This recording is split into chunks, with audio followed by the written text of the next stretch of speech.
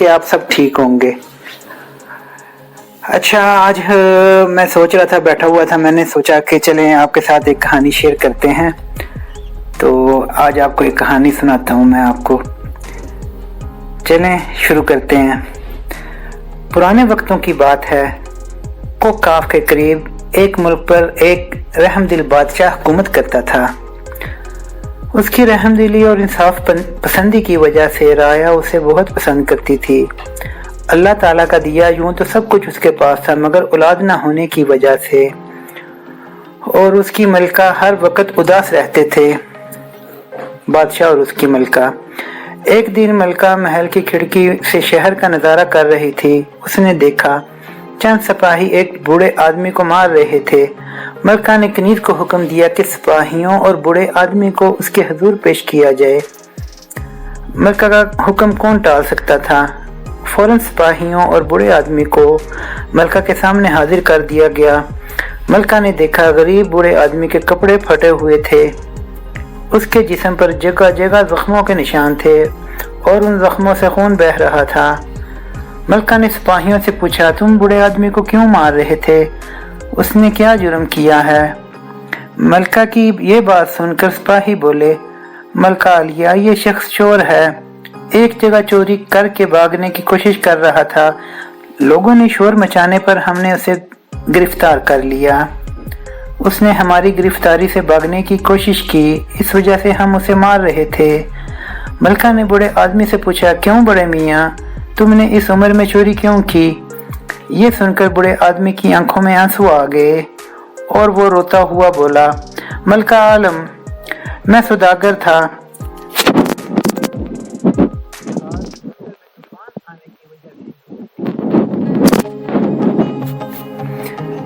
और सारा सामान डूब गया।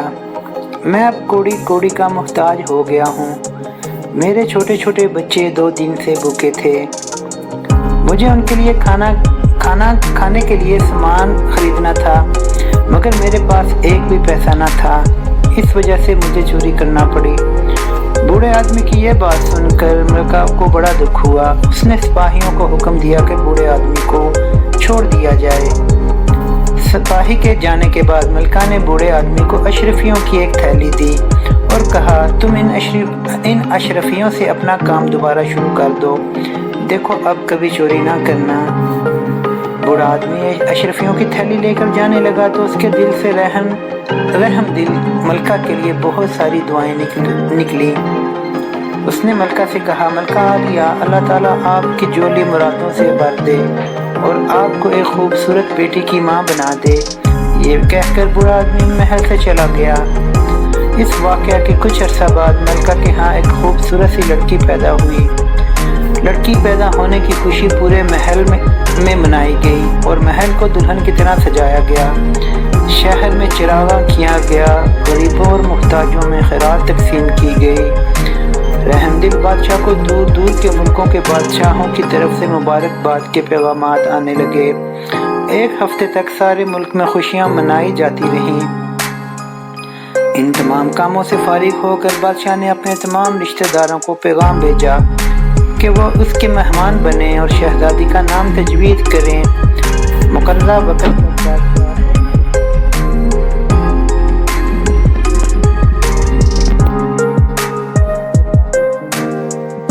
बादशाह को याद दिलाया कि उसने आप ही जादूगरनी को दावत भेजी ही नहीं। उसे इस बात पर बड़ा गुस्सा आएगा। कहीं ऐसा ना हो कि वो गुस्से में शहजादी को नुकसान पहुंचाए। अभी परियां बादशाह से बातें ही कर रही थी कि अचानक जोर की आंधी चलना शुरू हो गई। आंधी की वजह से महल की खिड़कियां, दरवाजे हिलने लगे। यूं लगता था जैसे भूचाल आ गया हो। थोड़ी देर बाद भूचाल रुका तो बादशाह ने देखा शहजादी के झूले के करीब एक बहुत ही डरावनी शक्ल वाली बुढ़िया खड़ी कोई मंत्र पढ़ रही थी। बादशाह हिम्मत करके बुढ़िया के करीब पहुंचा तो बुढ़िया ने गुस्से में आकर कहा, तुमने अपनी बेटी का नाम रखने के लिए मुझे बुलाया ही नहीं, मगर देखो मैं खुद ही पहुंच गई हूँ। मैंने तुम्हारी सज़ा तो ये सोची थी कि तुम्हारी बेटी को हलाक कर दूँ, लेकिन तुम्हारी रहमदिली की वजह से मैंने इसे ज़िंदा छोड़ दिया है। اب یہ 16 سال کی عمر میں ایک زہریلی سوئی انگلی میں چبھنے سے صرف بے ہوش ہو جائے گی، اور اگر بے ہوش ہونے کے 10 دن بعد تک اسے ہوش نہ آیا تو وہ بے ہوشی کی عالم میں مر جائے گی۔ اس سے پہلے کہ بادشاہ اس سے رحم کی درخواست کرتا، بڑھیا ہوا میں گم ہو چکی تھی۔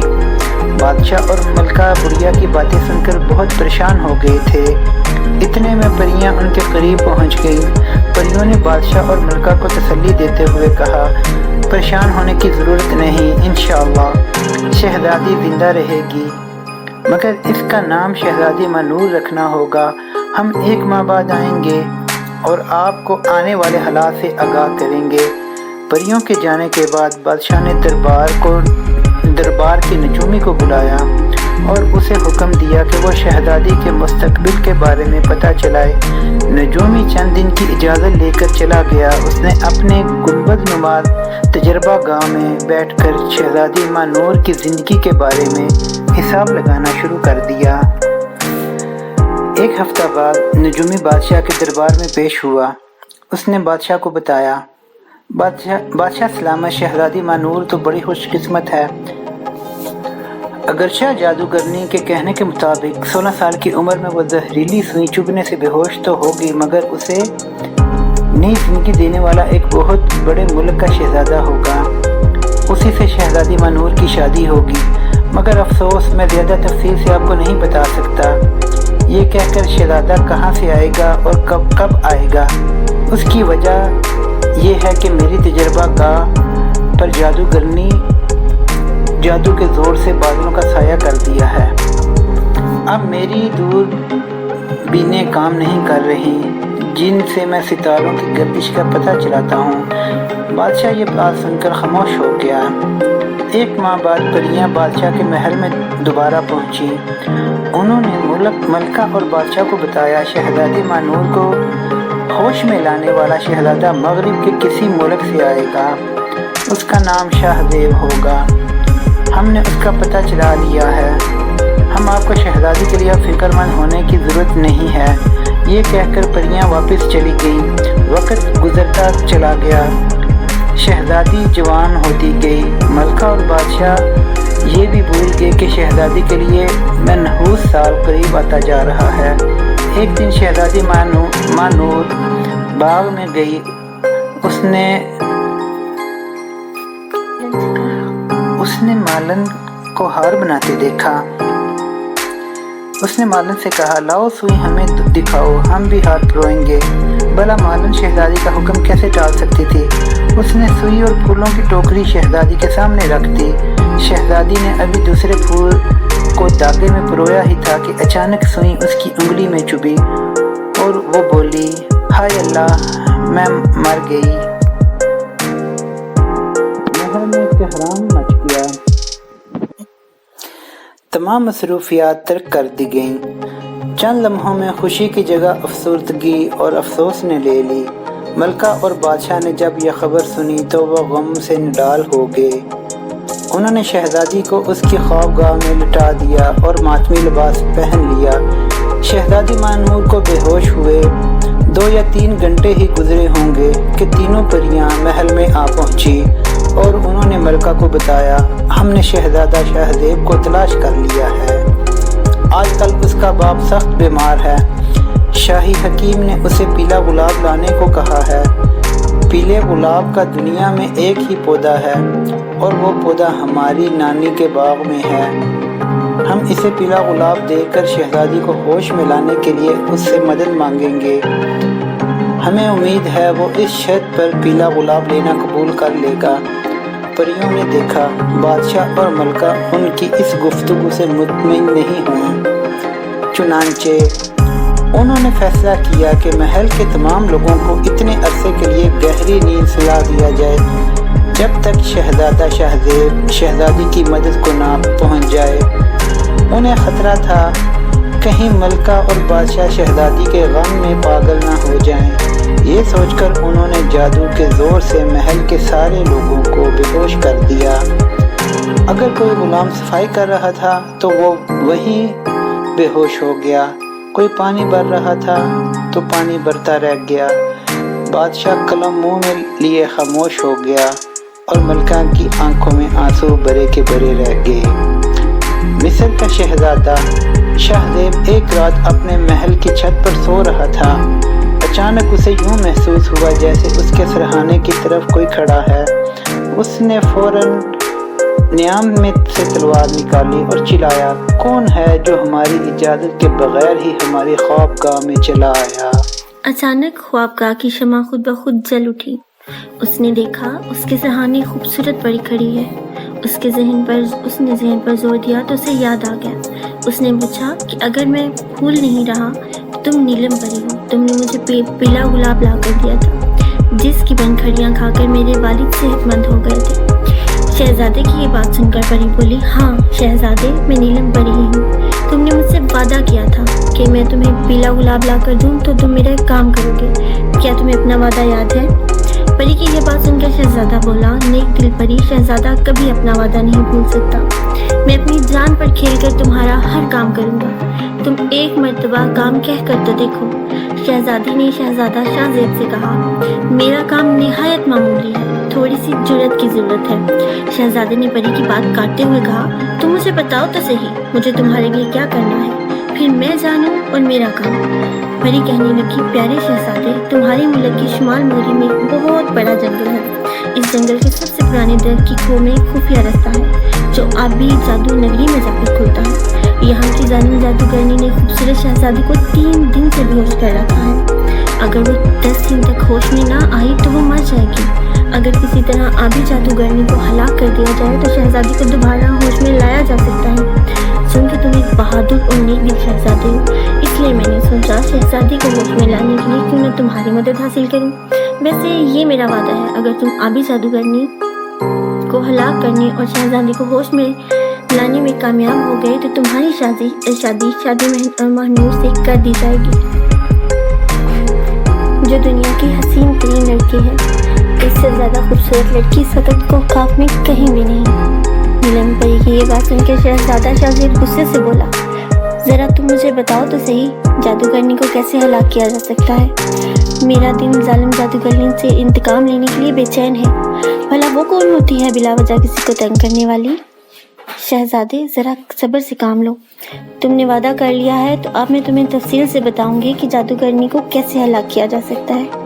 ویسے بھی ہلاکت کا بھی وقت نہیں آیا، میں چند دنوں بعد دوبارہ واپس آؤں گی، تب میں تمہیں بتاؤں گی تمہیں کیا کرنا ہے۔ اچھا، خدا حافظ۔ اتنا کہہ کر پری نے اپنے پر پھیلائے اور ہوا میں اڑتی ہوئی آنکھوں سے اوجھل ہو گئی۔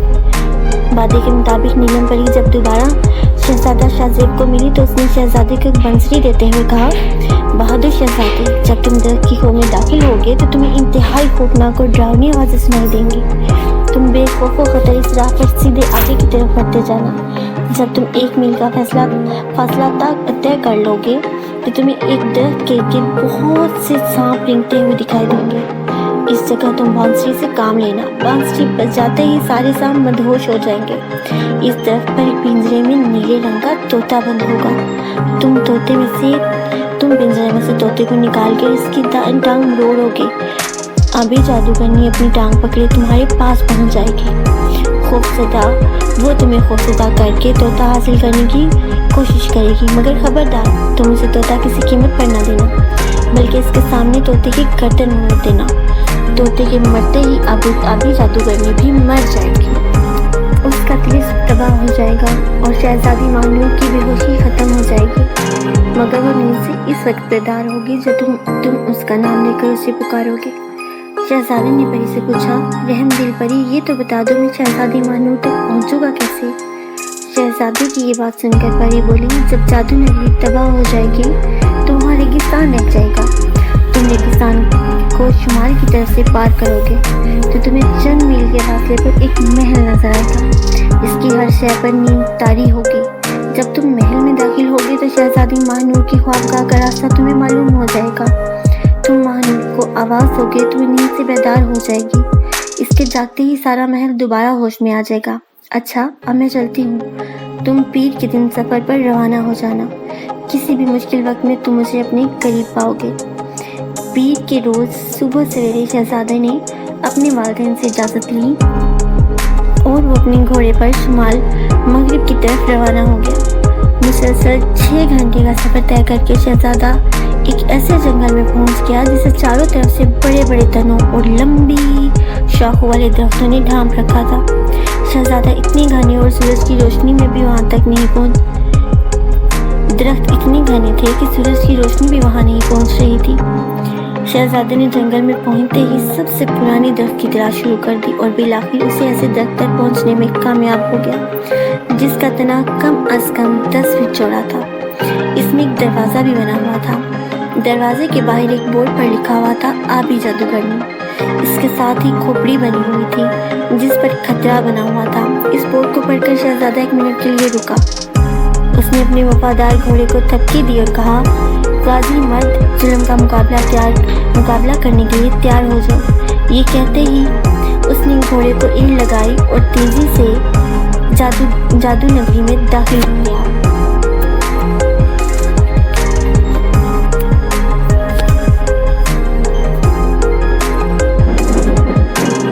दाखिल होते ही चारों जानिब से शेरों, चीतों और जंगली जानवरों के चीखने चिंगारने की आवाजें सुनी। अचानक उसे नीली परी की बातें याद आ गई कि आवाज़ों से बिल्कुल न डरना। नीलम परी का ख्याल आते ही उसने घोड़े को थपकी देते हुए कहा, प्यारे साथी, इन आवाज़ों से क्या डरना, ये तो तमाम नकली हैं। ये कहकर उसने घोड़े को सर पे दौड़ाना शुरू कर दिया। उसने जेब में हाथ डालकर इत्मीनान कर लिया कि बांसुरी मौजूद है। आधे घंटे बाद वो ऐसे मुकाम पर पहुंच गया जहां एक दरख्त के इर्द गिर्द बेशुमार सांप मौजूद थे। उसे दरख्त की एक शाख पर नीले रंग का तोता पिंजरे में बंद नजर आ गया। शहजादे ने मजीद ताखीर किए बिना बांसुरी बजाना शुरू कर दी। अगरचे शहजादा बांसुरी बजाना नहीं जानता था, मगर उसने महसूस किया कि सांप बांसुरी की आवाज़ पर मदहोश होते जा रहे हैं। ये देखकर उसने घोड़े की लंबी जस लगाने के लिए तैयार किया। इसने एक तवील चक्कर काटकर दरख्त से काफ़ी फासला से घोड़े की बांकें खींची। घोड़े ने हिनहिना कर एक छलांग लगाई और वो दरख्त के नीचे पहुंच गया। शहजादा शाहजेब बांसुरी बजाता हुआ घोड़े पर खड़ा हो गया। उसने पिंजरे को दरख्त पर से उतारा और उसका दरवाज़ा खोलकर तोते को बाहर निकाल लिया। अगर तुमने मुझे रिहा कर दिया तो मैं तुम्हारा एहसान जिंदगी भर नहीं भूलूंगा। तोते की बात सुनकर शहजादा भूल गया कि वो यहाँ किस मकसद के लिए आया है। इससे पहले कि वो तोते को आज़ाद कर देता, इसके कान में नीलम परी की आवाज़ आई, शहजादी क्या गज़ब करते हो, इसकी दाएं टांग मरोड़ो। अगर तुमने इसे आज़ाद कर दिया तो तुम अपने साथ मुझे भी मुसीबत में फंसा दोगे। नीलम परी की आवाज़ सुनते ही शहजादे ने तोते की दाएं टांग मरोड़ दी। टांग मरोड़ते एक ज़बरदस्त टांगें चलना शुरू हो गई और शहजादे को अपनी चारों तरफ से एक बार फिर खौफनाक आवाज़ें सुनाई देने लगी। आंधी के रुकते ही एक खुली डरावनी शक्ल वाली शहजादे को अपने सामने खड़ी दिखाई दी। वो शहजादे की मिन्नतें कर रही थी, शहजादे तोते को आज़ाद कर दो, मैं शहजादी को होश में ले आऊँगी। मगर अब शहजादा इसके जाल में फंसने वाला न था। उसने जोर लगाकर तोते की गर्दन मरोड़ दी। तोते की गर्दन टूटने के साथ ही जादूगरनी हाय मैं मर गई कहते हुए ज़मीन पर गिरी और इसकी जिस्म में आग लग गई। इसके साथ ही एक ज़बरदस्त गड़गड़ाहट के साथ सारी ज़मीन हिलने लगी। गड़गड़ाहट इतनी ज़्यादा तेज़ थी कि शहजादा बेहोश होकर गिर पड़ा। जब उसे होश आया तो उसने अपने आप को और घोड़े को एक रेगिस्तान में पड़ा पाया। अभी वो शुमाल की सींग तलाश कर ही रहा था कि नीलम परी इसके करीब आ खड़ी हुई। उसने हाथ से इशारा किया। इशारे के साथ ही शहजादे को यूं लगा जैसे वो हवा में तैर रहा हो। चंद लम्हों बाद वो और उसका घोड़ा एक दरवाजे पर खड़े थे। शहजादा महल में दाखिल हुआ तो देखकर हैरान रह गया कि महल में गहरी खामोशी तारी है। यूं महसूस होता था जैसे यहाँ कोई मौजूद ही ना हो, मगर महल में कनीज़ें, गुलाम और महल की हर शय अपनी अपनी जगह पत्थर के बुत दिखाई दे रहे थे।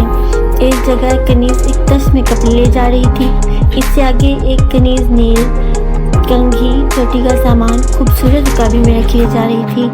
शहजादे ने अंदाज़ा लगाया ये शहजादी के कमरे की तरफ जा रही है। ये सोचते ही शहजादा कमरे में मर गया। जैसे ही वो कमरे में दाखिल हुआ, अपने सामने मुसाहरी पर एक खूबसूरत शहजादी को बेहोशी की हालत में देखकर वो हैरान हो गया।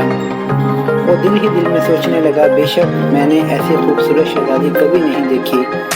अचानक उसे नीलम परी की बात याद आ गई। उसने आगे बढ़कर शहजादी से कहा, शहजादी मानूर, होश में आओ, अभी जादूगरनी का तिलस्म टूट चुका है। शहजादे का इतना ही कहना था कि शहजादी मुसाहरी पर उठ बैठी। उसके बेदार होते ही एकदम सारा महल हरकत में आ गया। उसी वक्त नीलम परी वहां पहुंच गई। उसने शहजादे शाहज़ेब को कंधे से पकड़ा और वो उसे लेकर बादशाह की तरफ चल दी, जो भागा हुआ शहजादी के कमरे की जानिब आ रहा था। जब उसने शहजादी को होश में पाया तो वो मेरी बेटी कहता हुआ शहजादी से चिमट गया। इतने में मलका भी वहां आ पहुंची। अब तो उनकी खुशी की इंतहा न थी। जब वो आपस में मिल चुके तो नीलम परी ने शहजादे शाहज़ेब को बादशाह और मलका से मिलाया। बादशाह और मलका उसे देखकर बहुत खुश हुए। उन्होंने शहजादे शाहज़ेब के साथ शहजादी मानूर की शादी का ऐलान कर दिया। जब उनकी शादी हो रही थी तो नीलम परी की दोनों बहनें भी वहां पहुंच गई। शहजादा शाहज़ेब कुछ अरसे बाद अपनी दुल्हन को लेकर अपने मुल्क चला गया और वो हंसी खुशी रहने लगे।